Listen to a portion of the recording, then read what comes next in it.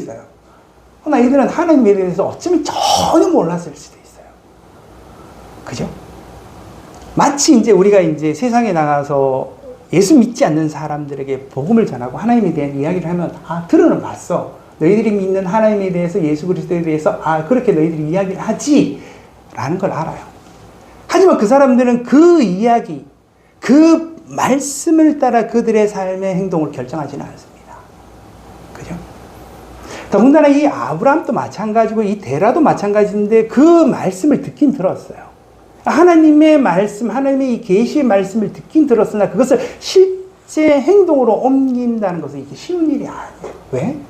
그들은 그냥 전설 속에서 이야기를 들었지 그 하나님이 어떤 존재인지, 정말 그럴까 말까, 그 하나님은 정말 어떤 하나님에 대한 어떤 삶의 경험, 그 지식이 없는 거거든요. 그 하나님에 대해서 사실은 이 데라와 아브라함은 잘 몰라요. 네, 몰라요. 근데 이야기만 들었을 뿐이지 그것이 어떤 하나님인지 잘 알지 못하는 그 상태예요. 근데 그들이 그들의 삶의 터전에서 떠나서 그 하나님이라는 신이 이야기하는 그곳으로 그 모든 삶의 터전을 놔두고 떠나야 되는 것이 얼마나 큰 결정일까라는, 쉬운 결정은 아닌 거죠. 그죠? 그럼에도 불구하고 그것을 이제 이 아브라함이 시작하게 된다라는 거예요.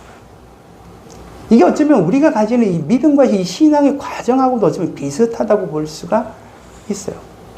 우리가 가지는 이 믿음과 이 신앙은요, 우리가 예수 그리스도를 믿으면 이제 시작되어지는 거예요. 이제 예수 그리스도를 믿으면 그것으로 끝나는 게 아니라, 예수 그리스도를 믿으면 이제 하나님을 아는 것, 혹은 이 예수 그리스도를 아는 것의 첫 출발이에요.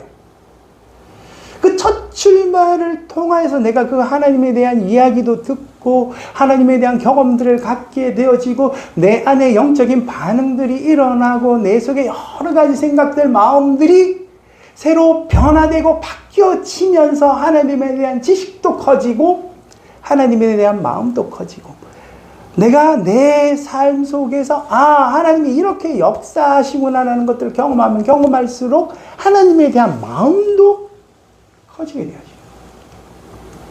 그러면 중요한 결정을 하나님의 뜻 가운데 행하게 되어져. 이것이 믿음의 과정입니다.